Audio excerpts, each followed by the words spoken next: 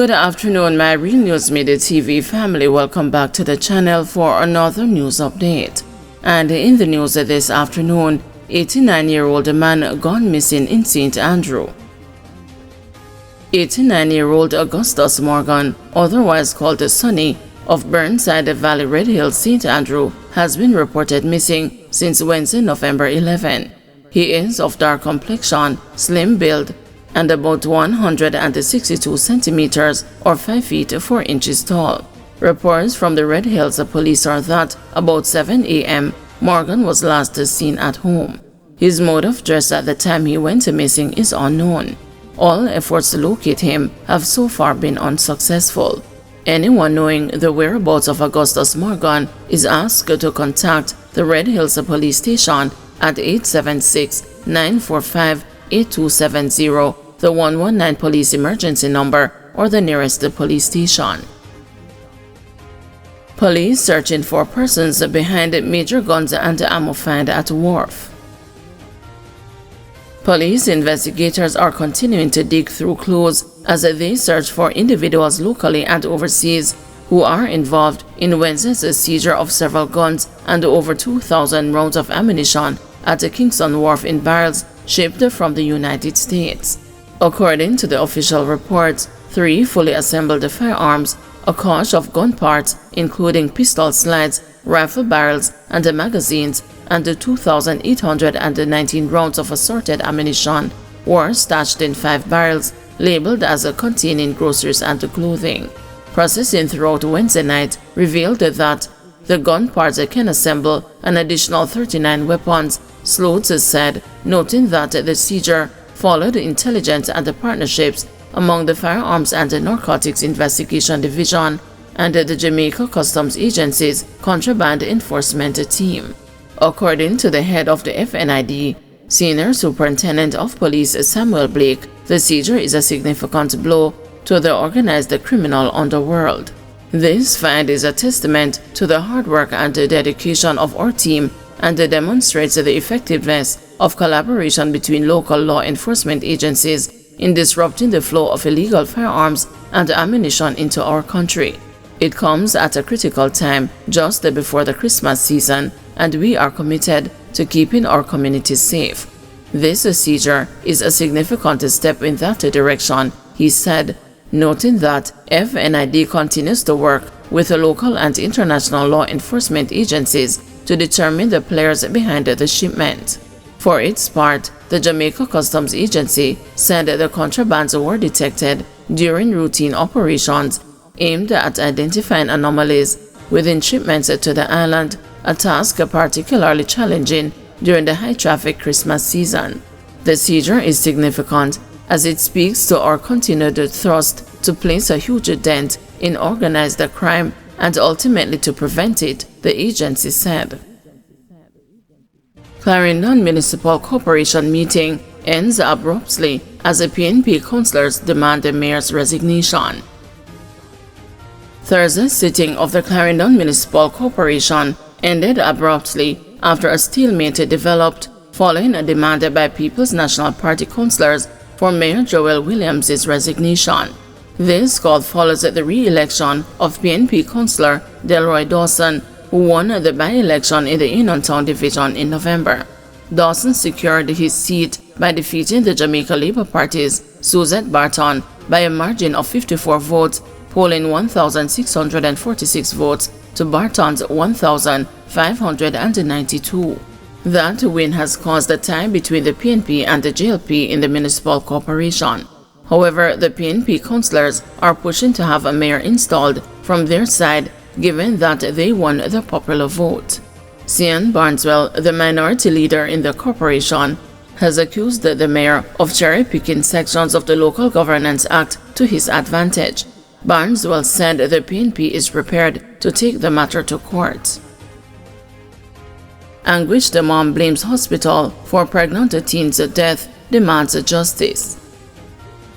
A grieving mother has accused the Spanish Town Hospital of negligence after the tragic death of her 14-year-old daughter, Anna Shea Campbell, on Tuesday morning.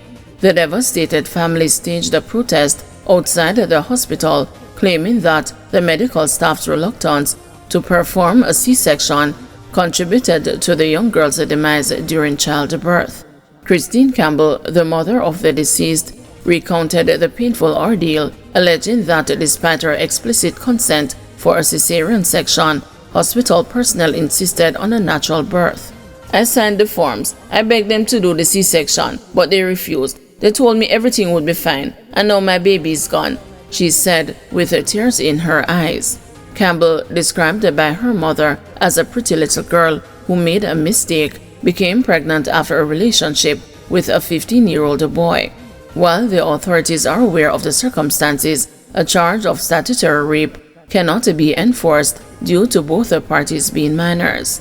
She's young and she's tiny, but she don't get pregnant. So I bring her out here to the hospital Monday, and them say doctors on strike. So I ask for a referral to take her somewhere else, and they say it don't make sense, Campbell told the news.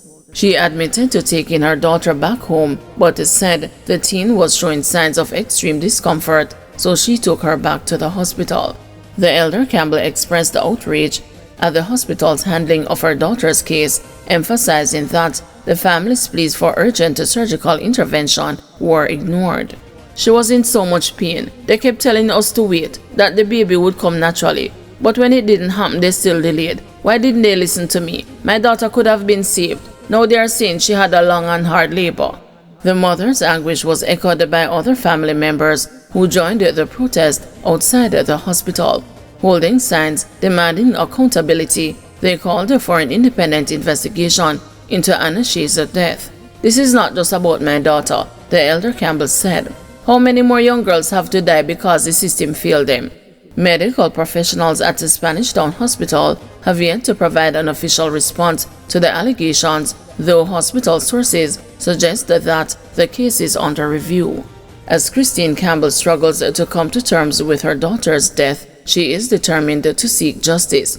She made a mistake, but the price she paid should never have been her life, she said. And she was just a child with her whole life ahead of her. Someone has to answer for what happened to her.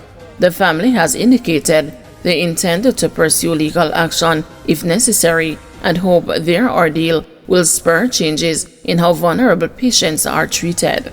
Efforts to get responses from hospital authorities were unsuccessful up to press time. Pushed under a bus, crushed to death, tearful mom recalls the last exchange with a 12-year-old daughter. A claim that a 12-year-old Diana Solomon fell under the Montego Bay Metrobus that crushed her to death after being pushed by fellow students in a scramble to board the vehicle increased the pain her family member has been feeling since the tragedy on Wednesday.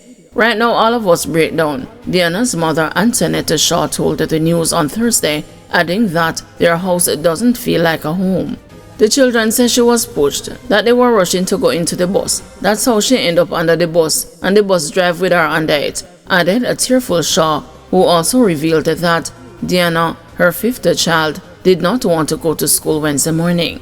She never wanted to wake up to go to school, and when she finally get ready, she come and hug me in the bed and kiss me, and say, "Mommy, later, you coming to Montego Bay?" Shaw related. "It's because she have exams. I said, go on, just be careful," the mother explained. Shaw said later that day, she left her home in Bridgewater community and was on her way to Montego Bay when she was contacted by Irwin High School administrators who told her that her daughter had been injured. "I just started crying. I had to come off the bus and call a drive, and it took me straight up by the hospital," she said, adding that when she got to the hospital, she was able to communicate with her daughter despite her condition. "She grabbed onto me and I said, 'Diana, me come?' And she said, 'Yes, I want some water,'" the mother related. That was the final interaction she had with her child. "We're praying to God that she would pull through. But when I go in there and said, 'Doctor, how is it?' The doctor said, 'Honestly, keep your fingers crossed that nothing is wrong with the brain. But if something is wrong with the brain, then you know how it goes," Shaw said. Amid her grief, Shaw lauded the hospital staff for the work they did trying to keep her daughter alive. With tears rolling down her cheeks, Shaw lamented the untimely demise of her daughter, who she said was doing very well in school and had wanted to become a judge. She was a brilliant girl. She got the top girl for PIP at Retrieve Primary, Shaw said, adding that Diana's death has hit her school community hard. Right now, our teacher said she doesn't know how she's going to handle it, Shaw told the news. Guys, thank you for watching. See you this evening at 6 p.m. for another news update.